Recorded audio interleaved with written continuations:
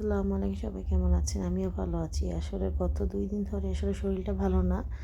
এর জন্য কিছু ভিডিও আপনাদের সাথে শেয়ার করতে পারতেছিলাম না। আর 2 দিন ধরে অনেক কোমরে ব্যথা। কিভাবে কোমরের রগ মচকাইছে না কি হইছে আসলে বুঝতে পারতেছি না। হঠাৎ করে এত ব্যথা, মানে ডান সাইড থেকে বাম সাইডে যেতে পারি না, বাম সাইড থেকে ডান সাইডে যেতে পারি না, এমন অবস্থা আর কি। কী করব?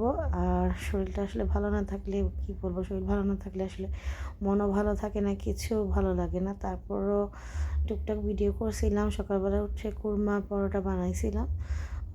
কুরমা পরোটা বানিয়ে ওয়াসিরকে খাওয়ালাম, আমি খেলাম, ওয়াসির আব্বু খেলো। আর শরীর ভালো না থাকার কারণে কিছু মানে কি বলবো, কিছু করতে পারতেছিলাম না কাজ। আর এই ভিডিওগুলো আসলে শরীর খারাপ হওয়ার 2 দিন আগের কিছু ভিডিও ছিল। আর এর জন্য আর কি, আর ভিডিওটা শরীর খারাপ বলে কিছু ভিডিওগুলো আসলে আপনাদের সাথে শেয়ার করতে পারিনি। আর এর জন্য ভাবলাম এখন একটু মানে একটু ব্যথা কমছে, তেমন কমে নাই। ভাবলাম তারপর আপনাদের সাথে কিছু ভিডিও শেয়ার করি। ভিডিওটা আমার শরীরটাও খারাপ, আপনাদেরকে একটু বলি। সেদিন নাস্তা টাস্তা করে আমার ওয়াসিরকে স্কুল থেকে আনার সময় কিনে দোকানে গেছিলাম, দোকান থেকে টুকটাক জিনিস কিনে বাসায় আসছি, এসে টুকটাক রান্না করলাম, রান্না করে আর সন্ধ্যাও হয়ে গেছিলো, খেতে খেতে সন্ধ্যা হয়ে গেছিলো।